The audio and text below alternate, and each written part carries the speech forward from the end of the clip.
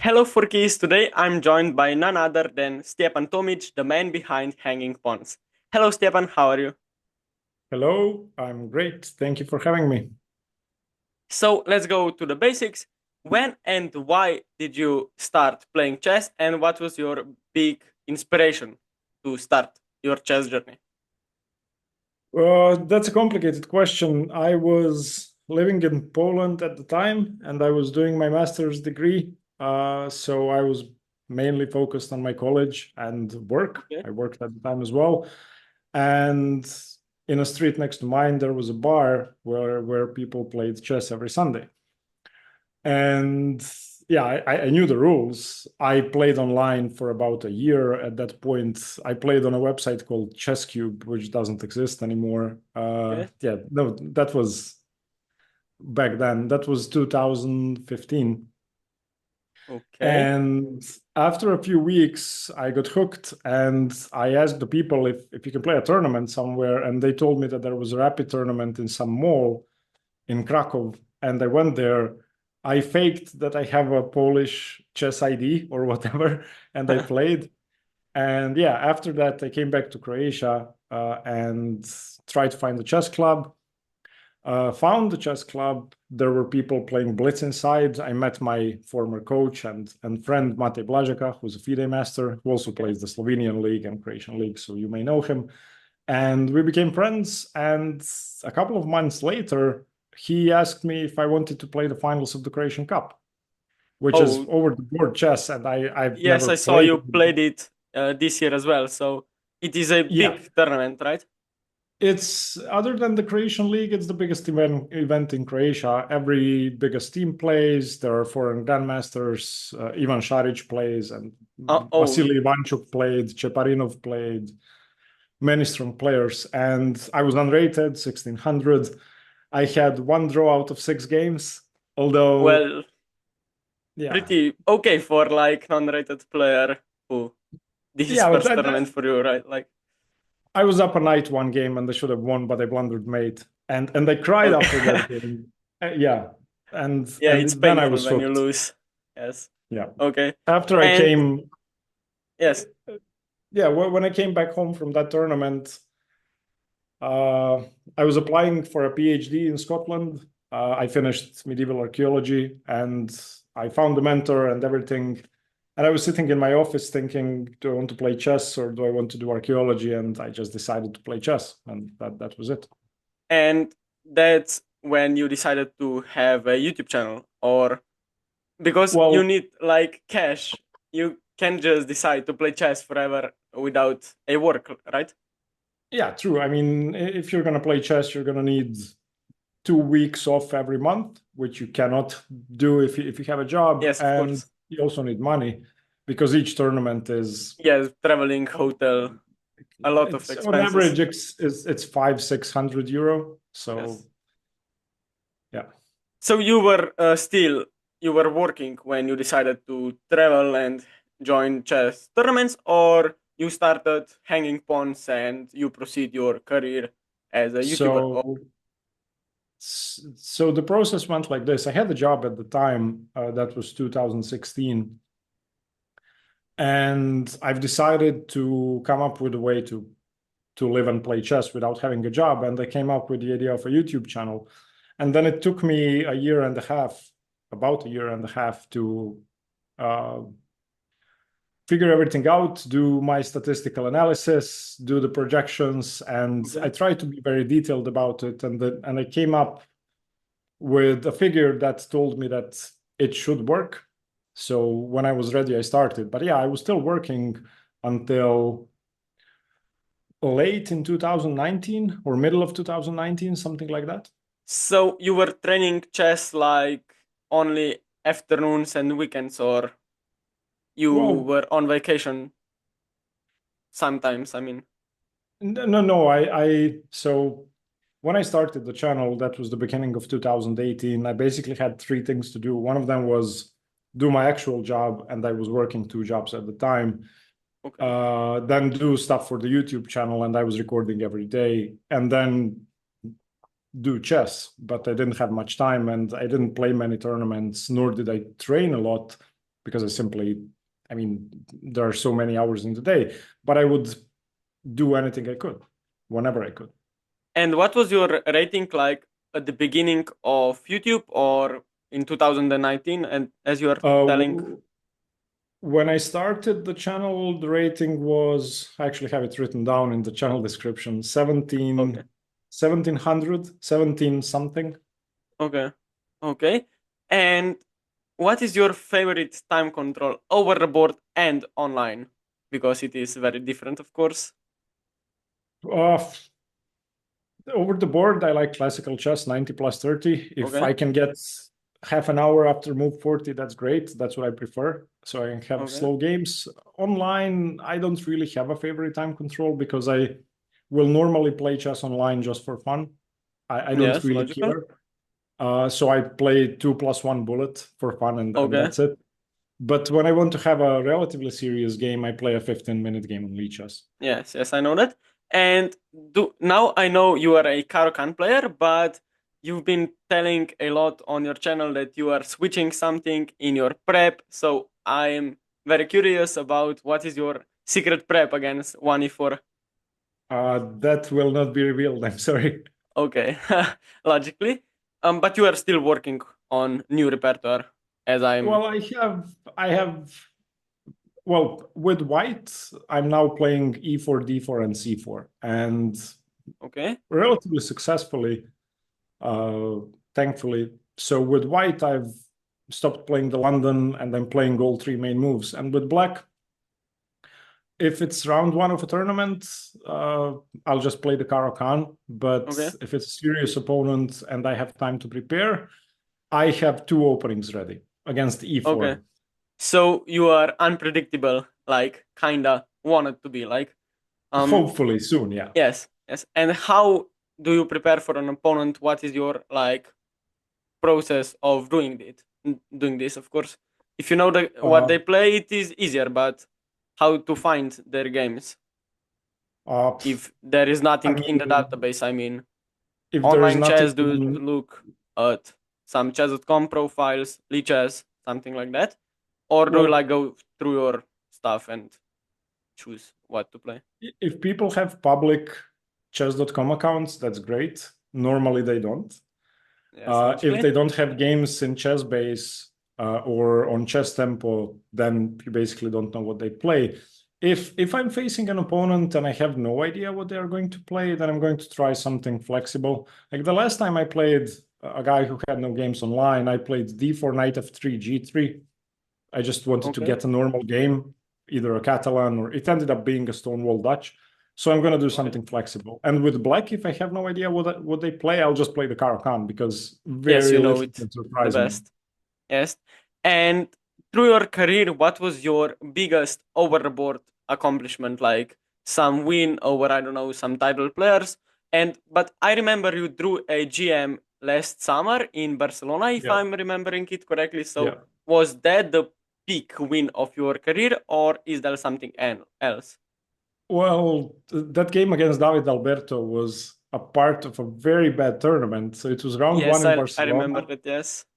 The rest of the tournament was, I hope I forget it someday, but that game was great. But it was a draw, so I wouldn't say that's my biggest accomplishment. My favorite game is definitely against Bojan Medak, who is a Croatian FIDE master, and I played him when I was 1800, something like that, in the Croatian Cup. And he was 2360 at the time. I was white in a Pirc, and I absolutely destroyed him in 25 moves. It was a crazy attacking game. I played g4 and h4, and so yeah, that's my favorite. Okay. Nice game. And how do you balance the chess and the content on hanging pawns? Do you prefer filming more videos or like put your time into training sessions? Well, there are two answers to that question. The first answer would be if I won the lottery today, I would probably focus on my training 100% of the time Okay, because logically. that's the reason I have the channel. But since I don't play the lottery, I upload as much as I need in order to be able to sustain this lifestyle of playing tournaments. Not that I not enjoy recording and having a YouTube channel, I do, and it's my favorite job so far, and I did 50 things in my life. But again, if I won the lottery tomorrow, I wouldn't do anything. I would just play chess. Okay, and what is your like training routine? I know you talked about it on your channel, but so far, like this summer, I guess you had a lot of time in the summer vacations, holidays. I don't know. What is your preferred training routine? If you have enough time, of course, and energy. So there are a couple of things I try to do. The first one is I try to train using positions that are harder than games. So each tournament game has maybe 3, 4, or 5 tough positions in which you have to calculate and focus and use 15, 20 minutes. And when you do training and you use only those positions, then you are forced to recreate conditions that are harder than tournament conditions. So what I do is I take one of those, like from Jakob Aagaard's books, for example, and I solve them without moving the pieces. I go as deep as I can. I try not to miss candidate moves. I time myself. I have a chess clock next to me, and I'll limit myself to, let's say, 15 minutes. And I try to find the best continuation within the 15 minutes, pretending that I would flag if I don't. So that's Okay. one thing I do. The other thing for end games, I try to play them out against humans, or if I don't have any humans who want to play out end games, then I use AI or the engine. Yes.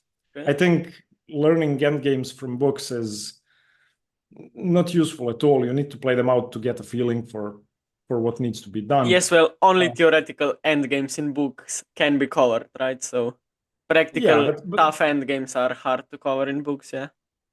even theoretical end games, if you read a page in a book that explains the Philidor position, that's fine. But unless you play it out a couple of times, the next time you have it over the board, you're gonna mess it up and you're gonna Yeah, lose. okay. That's kind of logical, yes. Yeah, so for my training, I try to do as many tactics as possible. I try to solve hard ones. Like And I try online to, on liches, or you put like positions on the board and then you time yourself and then write the solution down, or like as I mentioned online with these well, tools. if I don't have time or if I'm on a bus or whatever or on the toilet, I'll solve them on my phone. But if I do have time, I'll solve online puzzles over a real board as well. I will set them up because on my training account on Lichess, my puzzle rating is, I don't know, 2800. So they are pretty tough. And it takes me 20 minutes to solve one if I want to understand everything. So yeah, I do it over the board, even if it's online puzzle.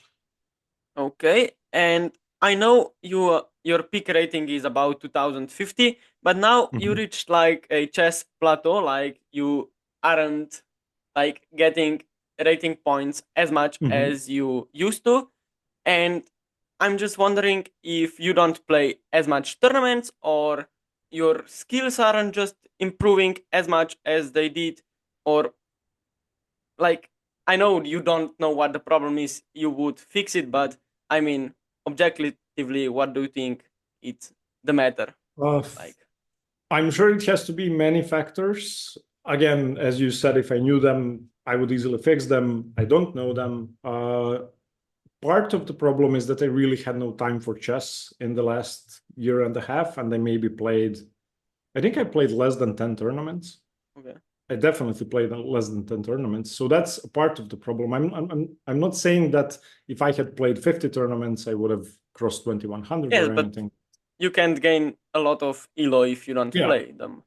And then I haven't really been focused on my chess because I had 3 projects going on uh, outside of chess and I had to finish them. So yeah, that's partially the problem. And then there's the plateau, which I'm hoping to break. And there's no answer to that. I just have to Yes, train. I have to play more. logical. I know that my biggest weakness is calculation and visualization. So I'm trying to fix that. And I'm focusing on that during my training now. Okay, and if you can pick aggressive chess or positional chess, what is your preference?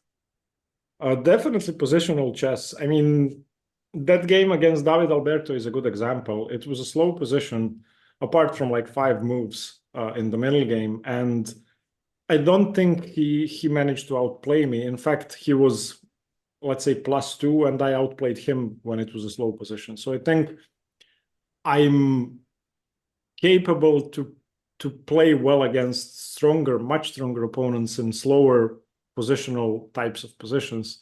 And then in crazy tactical positions, I can lose to a 1200 player. Yes.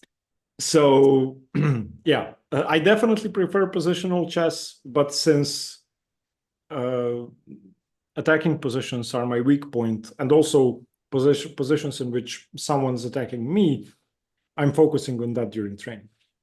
Okay, logically. And are you intending to play any future tournaments? Are you, I don't know, have you already like registered for some of them, or you have like no plans whatsoever? The Croatian League is starting in September. There are 3 rounds of the Croatian League. Until then, I'm hoping to go to Brač with Lucia, my fiance, and Okay. have some rest. So when the league finishes, I will play tournaments in October. I'm going to register for the Arco Open in the north of Italy. And after that, I don't know. That's the only one that I've decided to play. I played it 2 years ago, and it's a beautiful town and a great tournament. Okay. And what is your favorite chess book or chess material? I don't know, some chess courses maybe, Um, or a few if it's too hard to choose I one. I have two favorite books, but one book is actually a series of books. Jakob Agar's Grandmaster Preparation is my absolute favorite. And out of the 5 books, or six, wait, positional, strategic, calculation, attack and defense, endgame, 5. Strategic play and positional play are my favorite out of the series, but all books are good except for the endgame book, which it's any endgame book is the same for me. I just don't like them. And then the Okay. second one is Positional Understanding in Chess by Boris Gelfand. That's an excellent book, and I would recommend that to anybody. It's probably the best written chess book I've ever read. Okay, and for a second, back to the openings. What is your least favorable opening in your repertoire? And you are trying to switch it up, maybe fix the holes you have. Um, Currently, I don't like facing the Nimzo Indian as white because I normally don't get an advantage. And I'm going to stick to knight c3. I'm not going to change to the Catalan or knight f3 because I'm sure I can get something going. For now, I've been playing queen c2 against the Nimzo, but I'm switching things up. So yeah, I don't like facing that. I've had a bit of trouble with the Banco Gambit as well, but that's mostly fine. And I've switched from the Italian to the Spanish, and there are some lines in the Spanish I don't like facing as white as well. And as black, the anti-Moscow gambit in the Okay. Semislav, because no Yeah, it matter is how too well aggressive, prepared, right? no, I mean it's not that, but you can be perfectly prepared.